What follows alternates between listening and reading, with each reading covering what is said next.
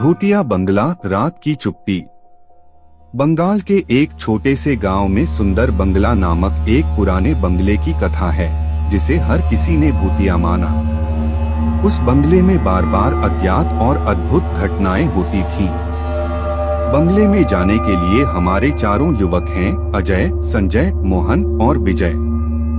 इनमें से कोई भी नहीं था जो भूतों के अस्तित्व को मानता, और वे सबके साथ मजाक उड़ाते थे। एक शाम चाय पीते समय वे बंगले के बारे में सुनते हैं। मोहन कहता है, यारों, अगर हम वहां जाएंगे तो पता चलेगा कि क्या सचमुच होता है। संजय मुस्कुराते हुए उत्तर देता है, चलो फिर कल रात को वहां जाते हैं। रात के समय वे बंगले की ओर चल पड़ते हैं। जब वे बंगले के पास पहुंचते हैं तो उन्हें एक अजीब सी ठंड और चुप्पी महसूस होती है। अजय कहता है, यहाँ पर कुछ गड़बड़ है। वे बंगले में प्रवेश करते हैं और जब वे एक कमरे में पहुंचते हैं तो उन्हें एक पुराना संगीत बजता हुआ सुनाई देता है। मोहन उत्सुक होते हुए कहता है, देखो, इस बंगले में कोई भूत नहीं, बल्कि यहाँ पर एक पुराना रिकॉर्ड प्लेयर है।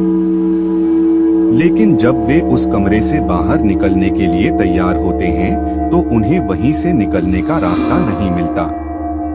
वे अब अधिक डर जाते हैं और भगदड़ बंगले के अंदर से बाहर निकलने की कोशिश करते हैं। संजय भागते हुए कहता है, यहाँ कुछ अजीब है, बहुत अजीब। अजय उसे समझाता है, संजय, यहाँ कुछ नहीं है, तुम डरोगे क्यों?